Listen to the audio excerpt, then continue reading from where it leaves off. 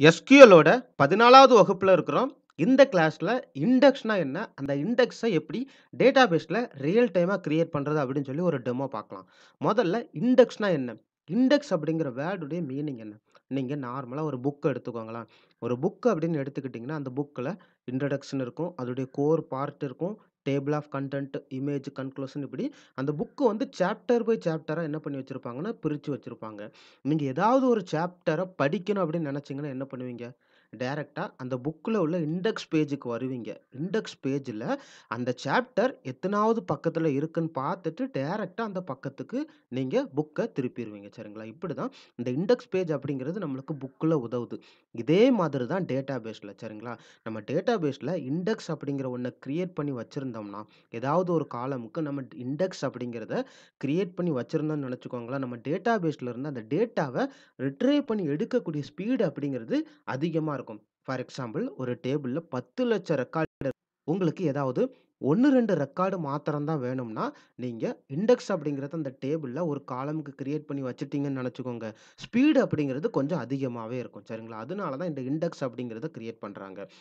ஒரு டேபிள்ல primary key அல்லது யூனிக் கீ அப்படிங்கிறத கிரியேட் பண்ணியிருந்தீங்கன்னா, கண்டிப்பா அந்த டேபிள்ல இண்டெக்ஸ் அப்படிங்கிறது பை டிஃபால்ட்டா கிரியேட் ஆயிரும். இந்த இண்டெக்ஸ் யூனிக் இண்டெக்ஸா தான் இருக்கும். சரிங்களா?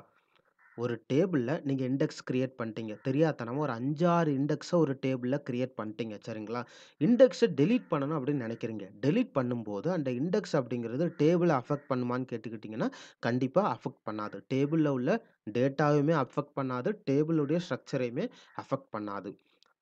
ஒரு டேபிள்ல நம்ம நெறைய இண்டெக்ஸ் அப்படிங்கிறத கிரியேட் பண்ணக்கூடாது. சரிங்களா? நெறைய இண்டெக்ஸ் அப்படிங்கிறத கிரியேட் பண்ணிட்டீங்கன்னா, அந்த டேபிளுடைய பெர்ஃபார்மன்ஸ் அப்படிங்கிறது ரொம்ப குறைஞ்சிரும். எதற்காகன்னா, அந்த டேபிள் டேட்டாவ நீங்க அப்டேட் பண்ணும்போது, இண்டெக்ஸுமே அப்டேட் ஆகும். ஸோ, ஆப்வியஸா பெர்ஃபார்மன்ஸ் அப்படிங்கிறது குறைஞ்சிரும். சரிங்களா? இப்போ தியரிட்டிக்கலா உங்களுக்கு இண்டெக்ஸ் அப்படிங்கிறது என்னன்னு தெரிஞ்சிருக்கும்னு நெனைக்கிறேன்.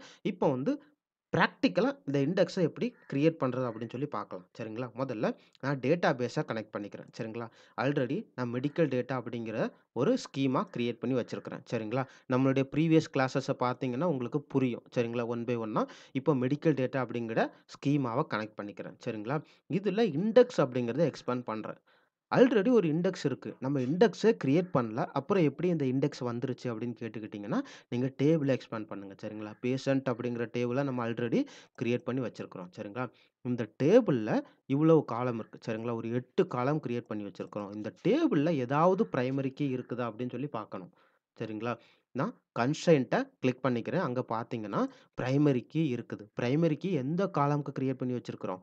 பேஷண்ட் என்ரோல்மென்ட் நம்பர் அப்படிங்கிற காலம்க்கு கிரியேட் பண்ணி வச்சிருக்கிறோம். அதனால தான் இந்த இண்டெக்ஸ் அப்படிங்கிறது பை டிஃபால்ட்டா கிரியேட் ஆயிடுச்சு. ஓகே. இந்த இண்டெக்ஸும் நம்பர் அப்படிங்கிறது கரெக்ட்டா இருக்கு பார்த்தீங்களா? SYS C007506. ஸோ நீங்க புரிஞ்சுக்கலாம். இந்த இண்டெக்ஸ் அப்படிங்கிறது இந்த பிரைமரி கீல தான் ஜெனரேட் ஆயிருக்கு அப்படின்னு சொல்லி. இன்னும் கூட கன்ஃபார்ம் பண்றதுக்கு இந்த டேபிள்லயே இண்டெக்ஸஸ் அப்படிங்கிறது இருக்கு பார்த்தீங்களா? அத கிளிக் பண்ணீங்கன்னா, அங்கேயுமே இண்டெக்ஸ் என்ன அப்படிங்கிறது காட்டும். நீங்க 4, 5 இண்டெக்ஸ் இந்த டேபிள்ல கிரியேட் பண்ணி வச்சிருந்தீங்கன்னா, அந்த இண்டெக்ஸுமே இதுல டிஸ்ப்ளே ஆகும். சரிங்களா? இப்போ ஒரு கொஸ்டின். நம்ம பிரைமரி கீக்கு இண்டெக்ஸ் அப்படிங்கிறது கிரியேட் ஆகும்ன்னு சொன்னோம். அந்த இண்டெக்ஸ் வந்து யூனிக் இண்டெக்ஸா? நான் யூனிக் இண்டெக்ஸா? இது வந்து யூனிக் இண்டெக்ஸ். சரிங்களா? பிரைமரி கீ அப்படிங்கிறது டூப்ளிகேட் டேட்டாவ அலோவ் பண்ணாது. அதே மாதிரி அந்த பிரைமரி கீல ஜெனரேட் ஆகக்கூடிய அதாவது பிரைமரி கீல கிரியேட் ஆகக்கூடிய இண்டெக்ஸுமே யூனிக்கா தான் இருக்கும். சரிங்களா? சரி ஓகே. இப்ப இண்டெக்ஸ கிரியேட் பண்ணி பார்க்கலாம். எதற்கு கிரியேட் பண்ணி பார்க்க போறோம்ன்னு கேட்டுக்கிட்டீங்கன்னா, அந்த டேபிள் டேட்டாவ உங்களுக்கு முதல்ல காட்டுறேன். சரிங்களா? அந்த டேபிள்ல என்னென்ன டேட்டாலாம் இருக்கு அப்படின்னு சொல்லிட்டு. சரிங்களா? பார்த்தீங்கன்னா, இந்த டேபிள்ல நான் எந்தெந்த பேஷண்ட் ஆஸ்பத்திரிக்கு வாராங்க அப்படின்னு சொல்லி ஒரு டேட்டாவ நம்ம இதில சேவ் பண்ணி வச்சிருக்கிறோம். சரிங்களா? அதில ஏஜ் அப்படிங்கிற காலம பாருங்க. சரிங்களா? இப்போ கொரோனானால பாதிக்கப்பட்டவங்கலாம் இருக்கிறாங்க. சரிங்களா? இப்போ திடீர்னு கவர்மெண்ட்ல இருந்து ஒரு டேட்டா கேட்குறாங்க. கொரோனானால பாதிக்கப்பட்டவங்க இத்தன வயசுக்கு கீழ உள்ளவங்க எத்தன பேரு? பெரிய வயசுல உள்ளவங்க எத்தன பேரு? ஆப்வியஸா சின்ன பிள்ளைங்க வந்து கொரோனானால பாதிக்கப்பட்டு இருந்தாலும், அவங்களுடைய இம்யூனிட்டி பவர் அப்படிங்கிறது ஒரு வேள அதிகமா இருக்கலாம். மீடியம் ஏஜ்ல உள்ளவங்களுக்கு இம்யூனிட்டி பவர் இன்னும் கூட அதிகமா இருக்கலாம். ஏஜ்டு ஆனவங்களுக்கு தான் இம்யூனிட்டி பவர் அப்படிங்கிறது ரொம்ப கம்மியா இருக்கும். அப்போ முதல்ல நம்மளுடைய ஃபோக்கஸ் வந்து ஏஜ்டு ஆனவங்களா தான் இருக்கணும். சரிங்களா? அப்போ இந்த டேட்டா அவங்க எப்படி ஃபில்டர் பண்ணுவாங்கன்னா, அதிகமான வயசுல உள்ளவங்க டேட்டாவ ஃபில்டர் பண்ணுவாங்க. சரிங்களா? அப்போ இந்த டேபிள்ல அவங்க எத யூஸ் பண்ணுவாங்க, இந்த ஏஜ் அப்படிங்கிற காலம அதிகமா யூஸ் பண்ணி டேட்டாவ ரிட்ரைவ் பண்ணுவாங்க அப்படின்னு தெரிஞ்சுட்டுன்னா, நீங்க என்ன பண்ணலாம்னா, இந்த ஏஜ் அப்படிங்கிற காலம்க்கு நம்ம என்ன பண்ணிக்கலாம்னா, ஒரு இண்டெக்ஸ் கிரியேட் பண்ணிக்கலாம். எப்படி கிரியேட் பண்ணுவீங்க? இண்டெக்ஸ்க்கான query create unique index, index name போட்டு ஆன் பேசன்ட் ஏஜ். இப்போ இந்த இண்டெக்ஸ் அப்படிங்கிறது கிரியேட் ஆகுமா? நல்லா யோசித்து பாருங்க. இந்த இண்டெக்ஸ் அப்படிங்கிறது கிரியேட் ஆகாது. எதற்காகன்னா, நம்ம யூனிக் அப்படிங்கிறது போட்டிருக்கோம். நீங்க இந்த காலம் வேல்யூவ பார்த்தீங்கன்னா, ஆல்ரெடி நம்ம இன்சர்ட் பண்ணி வச்சிருக்கிற காலம் வேல்யூவ பார்த்தீங்கன்னா, இதுல யூனிக்கான வேல்யூ இல்ல. சரிங்களா? 24 ஏஜ் வந்து டூப்ளிகேட் இருக்கு. அப்போ இந்த இண்டெக்ஸ் அப்படிங்கிறது கிரியேட் ஆகாது. எக்ஸிக்யூட் பண்ணி காட்டுறேனே. எரர் வந்துருச்சு பார்த்தீங்களா? கேனாட் கிரியேட் யூனிக் இண்டெக்ஸ் அப்படின்னு வந்துருச்சு. அப்போ நீங்க என்ன பண்ணணும்னா, அந்த யூனிக் அப்படிங்கிறத தூக்கிட்டீங்கன்னா, நான் யூனிக் இண்டெக்ஸ் கிரியேட் ஆகும். சரிங்களா? ஓகேங்களா? இப்போ நீங்க பார்த்தீங்கன்னா, இண்டெக்ஸ் கிரியேட்டட்ன்னு வந்துருச்சு. எப்படி கன்ஃபார்ம் பண்ணுவீங்க? இந்த இண்டெக்ஸ ரிஃப்ரெஷ் பண்ணி பாருங்க. அதே மாதிரி இன்னும் கூட கன்ஃபார்ம் பண்ணிக்கலாம். இதையுமே ரிஃப்ரெஷ் பண்ணி பாருங்க. இந்த டேபிள்ல உள்ள இண்டெக்ஸஸ ரிஃப்ரெஷ் பண்ணி பார்த்தீங்கன்னா, அதுலயுமே நம்ம கிரியேட் பண்ண இண்டெக்ஸ் வந்திருக்கும். பார்த்தீங்களா? இண்டெக்ஸ் கிரியேட்டட்ன்னு வந்துருச்சு. அதோட இண்டெக்ஸ் என்ன இருக்கு? நான் யூனிக்ன்னு இருக்கு. சரிங்களா? யூனிக் இல்லன்னு வருது. ஓகேங்களா? இப்போ இந்த இண்டெக்ஸ டெலீட் பண்ணா டேபிள் டேட்டா இல்லன்னா டேபிள் ஸ்ட்ரக்சர் அஃபெக்ட் ஆகுமா? அதாவது டேபிள் டேட்டா, டேபிள் ஸ்ட்ரக்சர் அப்படின்னா என்ன? இந்த டேபிள ஓப்பன் பண்ணிக்கிறேன். இதுல டேபிள் ஸ்ட்ரக்சர் அப்படிங்கிறது இந்த காலம், டேட்டா டைப் எல்லாத்தையும் தான் நம்ம என்ன சொல்லுவோம்னா, டேபிள் ஸ்ட்ரக்சர் அப்படின்னு சொல்லுவோம். இதோட டேட்டா என்ன? இந்த டேபிள்ல இவ்வளவு டேட்டா இருக்கு. ஓகேங்களா? இப்ப என்ன பண்ண போறோம்னா, இண்டெக்ஸ டெலீட் பண்ண போறோம். ஓகேங்களா? இண்டெக்ஸ டெலீட் பண்ண பிறகு, அந்த டேபிள் அஃபெக்ட் ஆயிருக்கும் அப்படின்னு கேட்டுக்கிட்டீங்கன்னா, கண்டிப்பா அஃபெக்ட் ஆயிருக்காது. நான் ரியலா உங்களுக்கு எக்ஸிக்யூட் பண்ணி காட்டுறேன். இண்டெக்ஸ் டிராப்ட்ன்னு வந்துருச்சு. கமிட் குடுத்துட்டு என்ன பண்றேன்னா, ஃபர்ஸ்ட்டு இந்த இண்டெக்ஸ் இருக்கா அப்படின்னு சொல்லி பார்ப்போம். சரிங்களா? ரிஃப்ரெஷ் பண்ணி பார்க்குறேன்.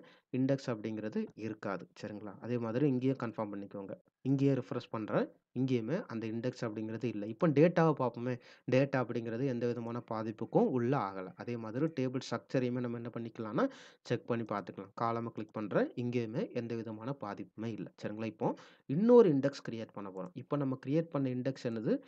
நான் யூனிக் சரிங்களா? அதாவது நான் யூனிக் இண்டெக்ஸ தான் நம்ம கிரியேட் பண்ணோம். இப்போ யூனிக் இண்டெக்ஸ் எதுல கிரியேட் பண்ண போறோம்னா, இப்போ இந்த டேபிள் டேட்டாவ திரும்ப உங்களுக்கு ஃபில்டர் பண்ணி காட்டுறேன். இங்க பார்த்தீங்கன்னா, நேம் அப்படிங்கிறது யூனிக்கா இருக்கு. சரிங்களா? நம்ம இப்போ முதல்ல என்ன பார்த்தோம்னா, ஏஜ வச்சு ஒருத்தவங்க டேட்டாவ ரிட்ரைவ் பண்றாங்க. ஆனா இப்போ சினேரியோ என்னன்னா, ஏஜ்க்கு பதிலா நேம வச்சு ஃபில்டர் பண்றோம். அப்படிங்கிற பட்சத்தில இந்த நேம பார்த்தீங்கன்னா, டேட்டா அப்படிங்கிறது யூனிக்கா தான் இருக்கு. ஸோ இந்த காலம்ல நீங்க யூனிக் இண்டெக்ஸ் அப்படிங்கிறது கிரியேட் பண்ணலாம். பார்த்தீங்களா? இண்டெக்ஸ் அப்படிங்கிறது கிரியேட் ஆயிடுச்சுன்னு வந்துருச்சு.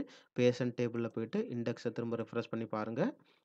யூனிக் இண்டெக்ஸ் அப்படிங்கிறது கிரியேட் ஆயிருக்கும். சரிங்களா? பார்த்தீங்களா? யூனிக் அப்படிங்கிறது கிரியேட் ஆயிடுச்சு.